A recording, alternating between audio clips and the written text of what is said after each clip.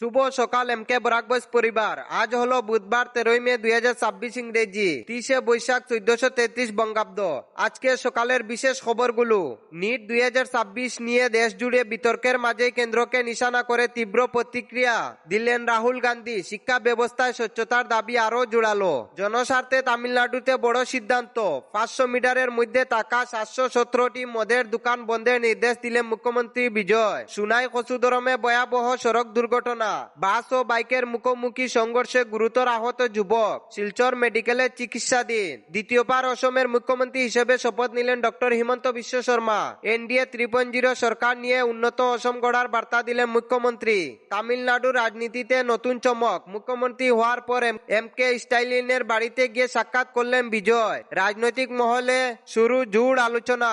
তাহলে বিস্তারিত খবর জানার আগে ভিডিওটি একটি লাইক করুন, চ্যানেলটি সাবস্ক্রাইব করুন আর পাশের বেল আইকনটি বাজিয়ে রাখুন এবং আমাদের ফেসবুক পেজ ফলো করে রাখুন। এখন শুনুন আজকের খবরগুলো বিস্তারিত। দেশের অন্যতম বড় মেডিকেল প্রবেশিকা পরীক্ষা নিট 2026 নিয়ে শুরু হয়েছে তীব্র বিতর্ক। সোশ্যাল মিডিয়ায় ছড়িয়ে পড়েছে পরীক্ষা বাতিল হওয়ার খবর এবং তা নিয়ে রাজনৈতিক মহলে শুরু হয়েছে তুমুল প্রতিক্রিয়া।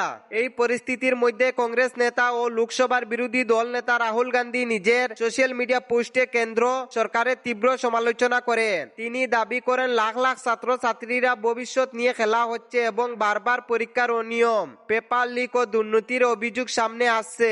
রাহুল গান্ধী বলেন, অনেক পরিবার সন্তানদের পড়াশোনার জন্য ঋণ নিয়েছে, কেউ গয়না বিক্রি করেছে, আবার কেউ ছাত্রছাত্রী রাত জেগে কঠোর পরিশ্রম করেছে, কিন্তু এর বদলে তারা পাচ্ছে অনিশ্চয়তা ও মানসিক চাপ। তিনি আরো অভিযোগ করেন দেশে শিক্ষা ব্যবস্থায় দুর্নীতি বেড়ে চলেছে এবং সাধারণ পরিশ্রমী ছাত্রছাত্রীরাই সবচেয়ে বেশি ক্ষতিগ্রস্ত হচ্ছে। তবে এই মুহূর্তে নিট 2026 সম্পূর্ণভাবে বাতিল হয়েছে কিনা তা নিয়ে সরকারি স্তরে বিস্তারিত চূড়ান্ত ঘোষণা বা অফিসিয়াল নোটিশের জন্য অপেক্ষা করেছে দেশ জুড়ে ছাত্রছাত্রী ও অভিভাবকরা। এদিকে সোশ্যাল মিডিয়ায় বিষয়টি নিয়ে ব্যাপক আলোচনা শুরু হয়েছে। বহু শিক্ষার্থী দ্রুত স্বচ্ছ তদন্ত এবং সঠিক সিদ্ধান্তের দাবি তুলেছে। সুনাই কচুদরমে ভয়াবহ সড়ক দুর্ঘটনা। মঙ্গলবার দুপুর প্রায় 12:30টার দিকে সুনাইয়ের কচুদরম বাজার থানা সংলগ্ন তেমাতায় এক গুরুতর সড়ক দুর্ঘটনা ঘটে। জানা গিয়েছে দ্রুত গতিতে আসা একটি বাইক নিয়ন্ত্রণ হারিয়ে একটি যাত্রীবাহী বাসের সঙ্গে মুখোমুখি ধাক্কা খায়। দুর্ঘটনার তীব্রতা এতটাই বেশি ছিল যে বাইক চালক বাসের সামনের গ্লাস ভেঙে ছিটকে পড়েন। এছাড়াও বাইকটি বাসের সামনে অংশে ঢুকে যায়। দুর্ঘটনার শব্দ শুনে স্থানীয় লোকজন দ্রুত ঘটনাস্থলে পৌঁছে আহত যুবককে উদ্ধার করে প্রথমে কচুদরম মডেল হাসপাতালে নিয়ে যান। পরে তার অবস্থা গুরুতর হওয়া চিকিৎসকরা তাকে শিলচর মেডিকেল কলেজ হাসপাতালে স্থানান্তর করে। আহত যুবকের নাম সাবুল হোসেন লস্কর, বয়স প্রায় 24। তিনি সুনাইয়ের বাউরিখান্দি জিপির আনসার গ্রামের বাসিন্দা বলে জানা গিয়েছে।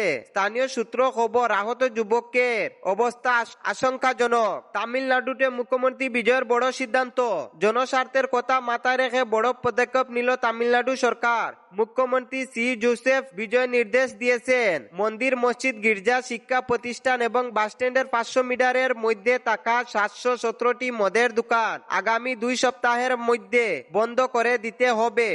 সরকারি বিজ্ঞপ্তি অনুযায়ী সাধারণ মানুষের সুবিধা ও সামাজিক পরিবেশ রক্ষার জন্য এই সিদ্ধান্ত নেওয়া হয়েছে। জানা গেছে তামিলনাড়ু জুড়ে মোট 4765টি মদের দোকান পর্যালোচনা করে এই 717টি দোকান চিহ্নিত করা হয়েছে। এর মধ্যে ধর্মীয় স্থানের কাছে থাকা 296টি, শিক্ষা প্রতিষ্ঠানের কাছে থাকা 186টি এবং বাসস্ট্যান্ডের আশেপাশে থাকা 255টি দোকান রয়েছে। মুখ্যমন্ত্রী বিজয়ের এই সিদ্ধান্ত সামনে আসতেই রাজ্য জুড়ে শুরু হয়েছে জোর আলোচনা। অনেকেই এই পদক্ষেপকে সাধারণ মানুষের স্বার্থে বড় সিদ্ধান্ত বলে মনে করেছেন। অসমে এনডিএ 3.0 সরকারের শপথ গ্রহণ অনুষ্ঠান ঘিরে ঐতিহাসিক মুহূর্ত। মঙ্গলবার আবারও দ্বিতীয়বারের মতো অসমের মুখ্যমন্ত্রী হিসেবে শপথ নিলেন ডক্টর হিমন্ত বিশ্ব শর্মা। শপথ গ্রহণ অনুষ্ঠানে উপস্থিত ছিলেন বিভিন্ন রাজ্যের মুখ্যমন্ত্রী, উপমুখ্যমন্ত্রী এবং কেন্দ্রীয় মন্ত্রীরা। পুরো অনুষ্ঠান ঘিরে ছিল উৎসবের আবহ। শপথ নেওয়ার পর মুখ্যমন্ত্রী ডক্টর হিমন্ত বিশ্ব শর্মা আবেগগণ বার্তায় বলেন, অসমবাসীর আশীর্বাদ ছাড়া এই মুহূর্ত সম্ভব হতো না। আমি অসমের মানুষের কাছে কৃতজ্ঞ। তিনি প্রধানমন্ত্রী নরেন্দ্র মোদীর নেতৃত্ব ও দিক নির্দেশনার জন্য বিশেষভাবে ধন্যবাদ জানান। পাশাপাশি স্বরাষ্ট্রমন্ত্রী অমিত শাহ, বিজেপির জাতীয় নেতৃত্ব এবং এনডিএর কর্মীদের কৃতিত্ব দেন এই ঐতিহাসিক জয়ের জন্য। এদিন নতুন মন্ত্রিসভার সদস্য হিসেবে শপথ নেন রমেশ্বর তেলি, অতুল বড়া, অজন্তা নেওগ এবং চন্দ্রমোহন পাটোয়ারি সহ একাধিক নেতা। মুখ্যমন্ত্রী জানান, সবাইকে সঙ্গে নিয়ে উন্নত ও নিরাপদ অসম গড়ার এখন প্রধান লক্ষ্য। কামাখ্যা ও মহাপুরুষ শ্রীমন্ত শঙ্করদেবের আশীর্বাদ নিয়ে নতুন উদ্যম কাজ শুরু করার বার্তাও দেন তিনি।